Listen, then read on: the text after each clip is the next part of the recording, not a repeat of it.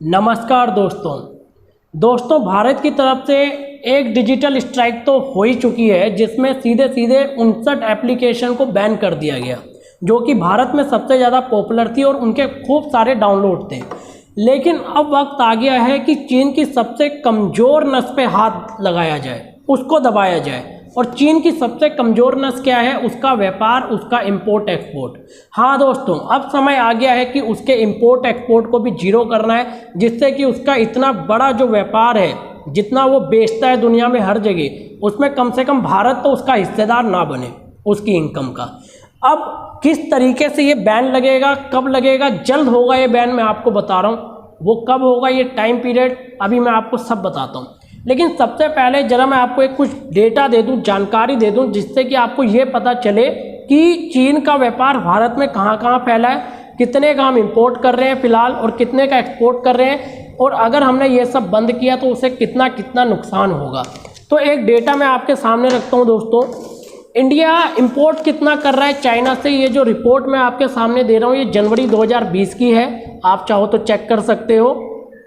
India import कितना कर रहा है जनवरी 2020 की रिपोर्ट के अनुसार? 356.77 बिलियन रुपीस का, 356 बिलियन रुपीस का हम कहाँ से? चाइना से खरीद रहे हैं। इंपोर्ट करना मतलब होता है परचेस करना।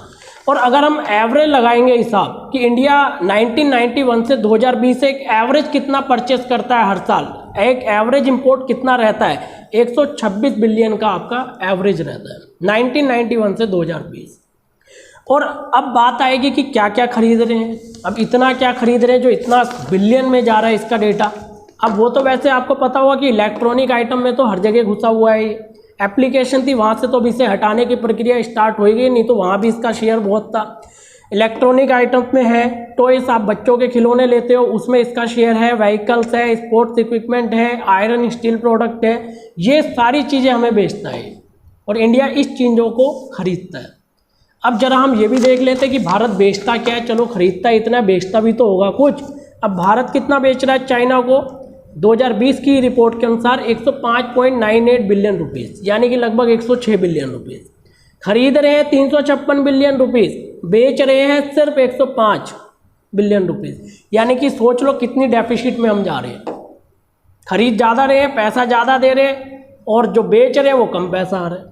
अब इसमें इसलिए इसको बनाना ज़रूरी है कि हम अपने लोकल चीज़ों को बढ़ावा दें और इसका जो व्यापार है बंद कर दें। अब कई लोग ये कहते हैं कि पूरी तरीके से बैन नहीं हो सकता, कि इंपोर्ट एक्सपोर्ट बैन नहीं हो सकता।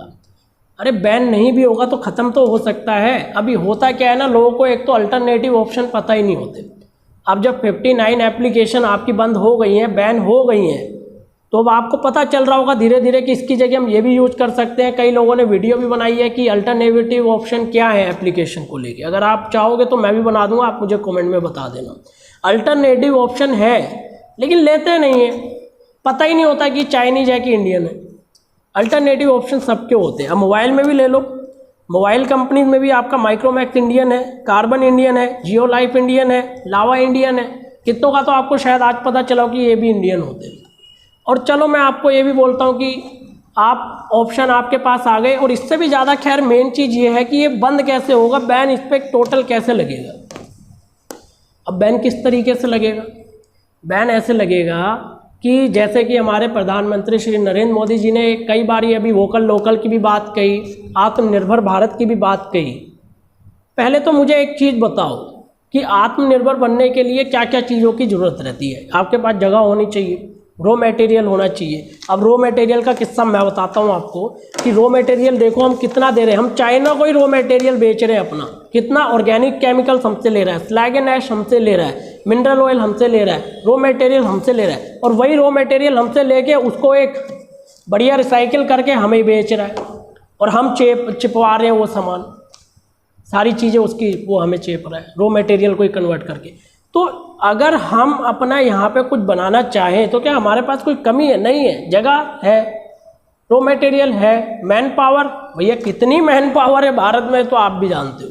यंग जनरेशन की चाहिए तो सबसे ज़्यादा यंग हमारे यहाँ है, कमी किसी चीज़ की नहीं है। अब बात आई लगाएगा कौन इन्वेस्टमेंट, तो यहाँ पे इतने बड़े बड़े उद्योगपति पड़े हैं वो सब अपना अवसर खोजेंगे और इससे क्या होगा, भारत में अगर कोई चीज़ बनेगी तो भारत के लोगों को रोज़गार भी मिलेगा। अच्छा, जैसे कि एक बारी पहले मेक इन इंडिया का भी चला था, जिसमें हम अलग अलग दूसरे देशों को बुलावा देते कि हमारे यहाँ पे आके पैसा लगाया जाए, वो भी ठीक है, लेकिन मेड इन इंडिया होना चाहिए इसमें। और मेक इन इंडिया भी हो, मेड इन इंडिया भी हो। मेड इन इंडिया में मतलब भारत के ही व्यक्ति पैसा लगाएं, दूसरे देश के लगाएं, खासकर चाइना को तो रखना ही नहीं है। लेकिन खासकर चाइना भी क्या, दूसरे देशों से मतलब ये है कि मेन अगर अपना ही देश लगा के करे सारी चीज़ें, कि अपने ही देश में सारे प्रोडक्ट बने, सारी चीज़ें बने, तो अपने लोगों को रोजगार भी मिलता रहेगा और जो टैक्स भी पे होगा, जो टैक्स पे भी होगा, वो यहीं पे टैक्स पे करेगा, बाहर पैसा जाएगा नहीं। अभी जैसे कि अब मैं चाइना का भी कुछ बताता हूँ। चाइना देखो क्या क्या करता है, अपने सारे प्रोडक्ट वो खुद बना रहा है। अब यहाँ पे हम कितनी चीज़ें यूज करते हैं, व्हाट्सएप का लगभग हर कोई जना यूज करता है, व्हाट्सएप को घुसने नहीं देता, वीचैट यूज कर रहा है एप्लीकेशन के मामले में। गूगल चलाते पूरी दुनिया, वो बायदू चलाता है। अमेजोन चलाते हैं, वो अलीबाबा चलाता है। चाइना की ये चीज़ तो है कि उसने अपने यहाँ पे आत्मनिर्भरता पे बहुत जोर दिया, और यही चीज़ हमारे यहाँ भी होनी चाहिए। कमी हमारे देश में किसी चीज़ की नहीं है, कोई संसाधन की नहीं, टेक्नोलॉजी की भी कोई कमी नहीं है, अल्टरनेटिव ऑप्शन भी हमारे पास बहुत सारे। तो मैं ये बता रहा हूँ कि बहुत जल्द इस पर भी निर्णय होगा कि ये इम्पोर्ट एक्सपोर्ट पे भी लगभग पूरा बैन कर ही दिया जाए, या फिर लोग ही नहीं खरीदें। ये एक डेटा मैंने आपके सामने रखा है ताकि आपको कुछ एक जानकारी मिल जाए। तो अगर दोस्तों आपको वीडियो पसंद आई तो लाइक करें, शेयर करें और हमारे चैनल को सब्सक्राइब करें। धन्यवाद। जय हिंद, वंदे मातरम।